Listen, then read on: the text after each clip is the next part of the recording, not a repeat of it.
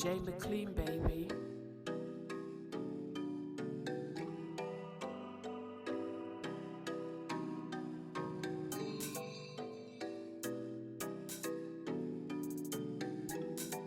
Yes, indeed. We are opening to the family who want to contribute, yes, and invest in the development of gotKushTV. This is for the people them that just see the value. Many people have been asking us, especially over the last year and a half, well, how can I support gotKushTV? Yeah.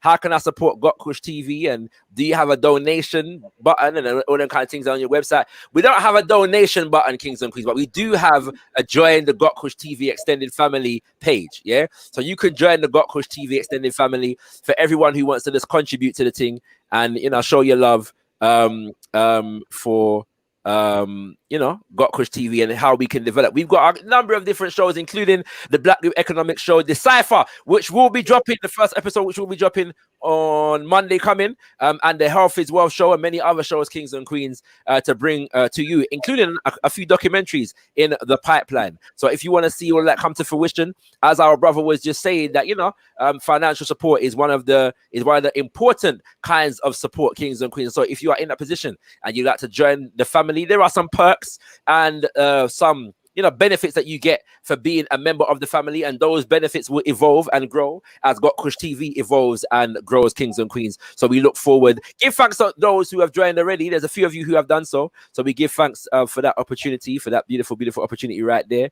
And thank you for your support. Thank you in advance for all those who will be supporting in the future. Right, we have Brother Jason Barrett. Give me the thumbs up when you're ready, bro.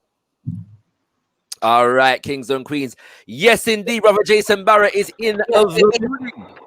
You get me? So thank you for your patience. You're welcome, my brother. Listen, it's massive what you guys are doing, man. It's massive. This is the new style of all day. You get me? New style of all day. You know there was where from he says that Jason Barrett was raving in the 90s. You get me? Come on. About those all days, I can relate with you. That's what I'm talking about, and I like it because man can cut in and cut out and cut back in again. You get me? So it's a good look, man. Powerful. Brother Jason, I'm going to leave you in the capable hands of Arab Emirates and that night. Just let the people know who you are and what you do in the meantime, between time. Man, my name's Jason Barrett. I am the writer and producer of Heru, which is a graphic novel and comic book series. I'm also a Black Studies teacher. I'm also a film director. I've done a bit of acting. I'm a former mixed martial art professional fighter. I do it all. I do it all. Tell us about your comic. Tell us about Heru. So Heru. So basically, Heru is a superhero that I created, and I was kind of ticking a few boxes. So one of the boxes I wanted to tick was, what if during slavery we had a Superman? How would the world look today? And so that was kind of the story that I wanted to tell. And I kind of wanted to tie it in with our mythology and with our ancient Kemetic history. So it was kind of bringing those kind of histories together and creating something a bit different. And also just the importance of representation. I'm a strong believer that we have to control our imagery. And Yes.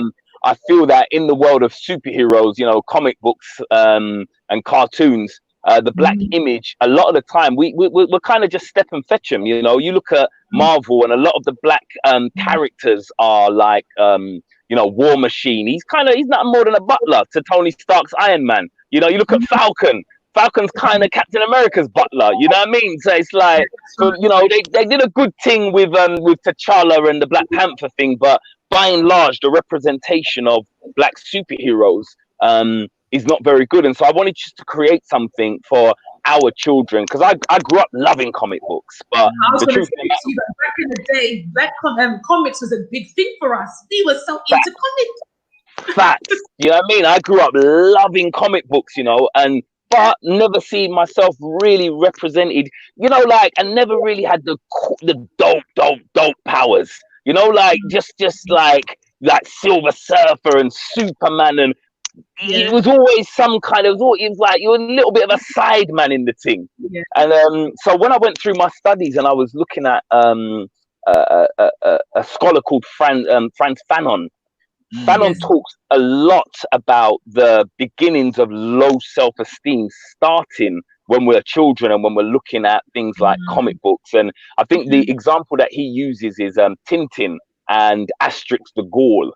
And basically, if you remember the representation of black people in those comics, especially in Asterix, it was big, massive lips, you know, Yes. a bone through the nose, you know, wearing leopard skin print boxer shorts, carrying around white people on shields, you know. And I remember being young and laughing at them, not realizing that I'm actually laughing at myself.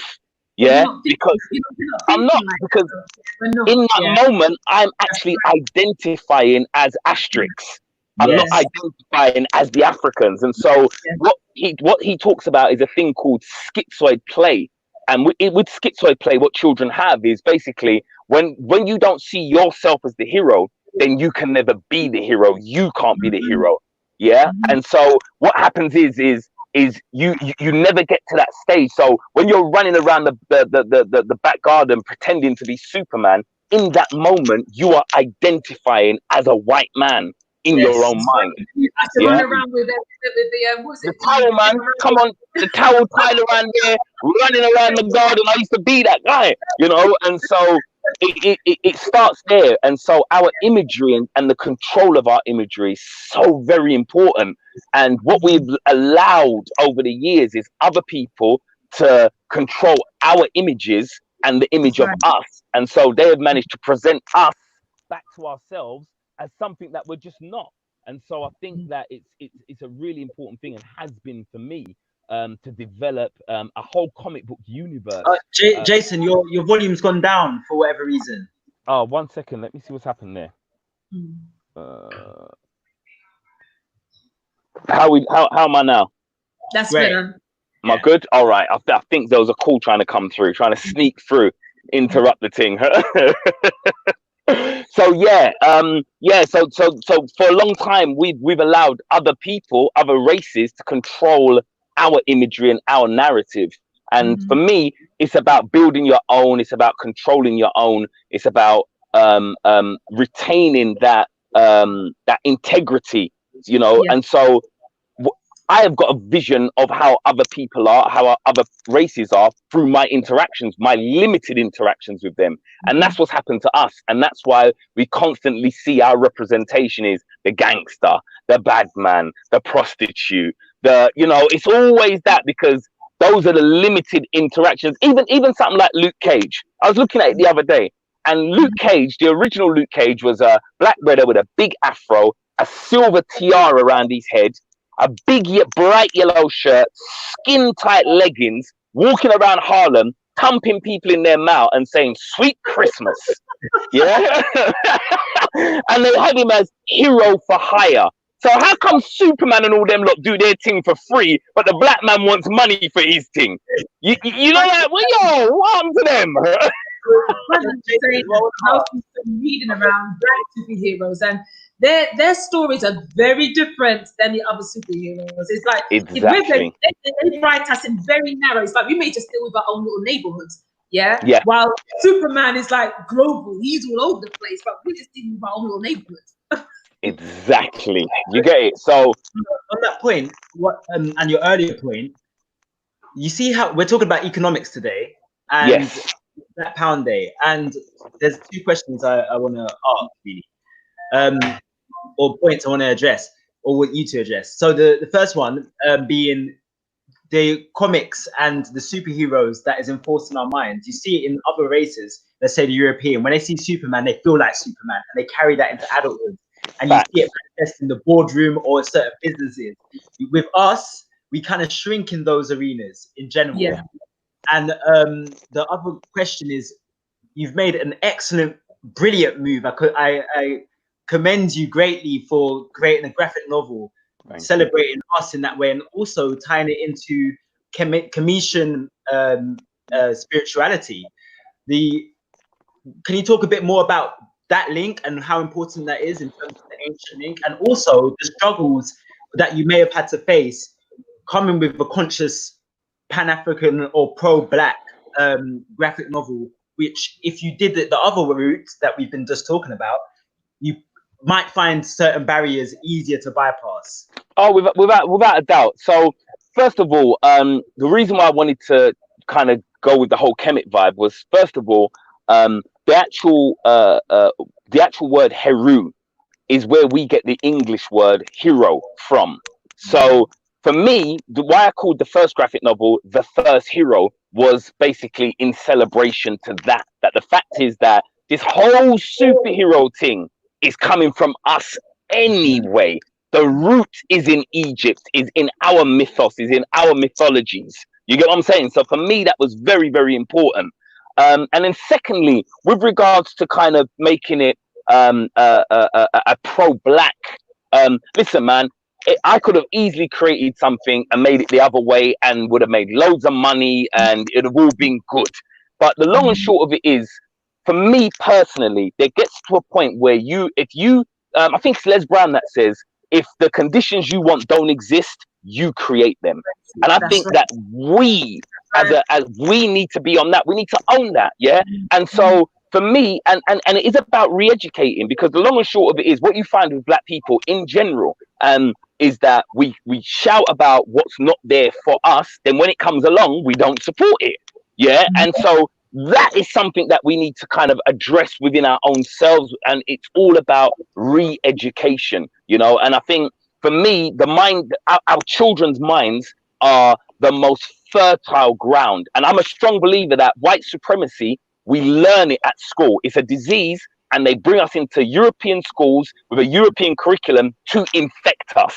That's the long and short of it. And so we need to counterbalance that with all of the tools that we've got with our creativity and whatever it is, we need to kind of counterbalance that. So a lot of the challenges have been like, this is for us, by us. And so it's us that needs to support it. So I don't feel no way to say, yo, black people, you need to buy my thing. You need to go in there and buy it because I made it for you. And really and truly, it's not for the other lot. And I do a lot of my advertising on social media. And believe you me, the racist comments that people put up underneath it is like, sometimes you just think, these people are mad. What is wrong with you? We're over here doing our own thing. This ain't about, but the fact that you just feel, you know, when they say that, you know, pro-black isn't anti-white, you know, all it says is literally, my caption always is, what if during slavery we had a Superman? And some of the comments, oh, so you want to wipe out the whole white race? Well, so weird. Who said that? Weird. Anybody said that? It's mad. So for me, the onus is on us. And, you know, whenever we're coming up with businesses, with ideas, creativity, we need to support it. We need to support it. And we need to support it not just by spreading the word, but put your hand in your pocket and spend your money. Yeah, we've got the money and we spend. But we need to now get to the point where we're spending it with us. We need to get to that point. And guess what? If it costs £1 more, I don't business, man. If the Indian man next door's got one for $9.99 and Shakara's got one for $11.99, I'm buying Shakara's one anyway, man. You understand? So I'm buying his one anyway. You feel me? Black ice is soda, please. Black ice is soda. Sorry, Sister Ari, we do have to wrap up with Brother Jason. No problem, my brother. The lineup is one quick question from the comments, Shax. If Jason, if you could respond in the comments, or maybe really quick.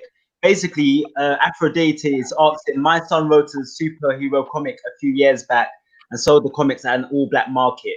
Will you be willing to have a look and see what her son is building?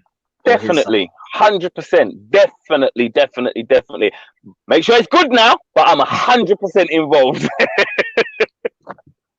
So where can they message you or hit you up for that? So you can hit me up. Go to www.herucomics.com and you can just contact me through the email there.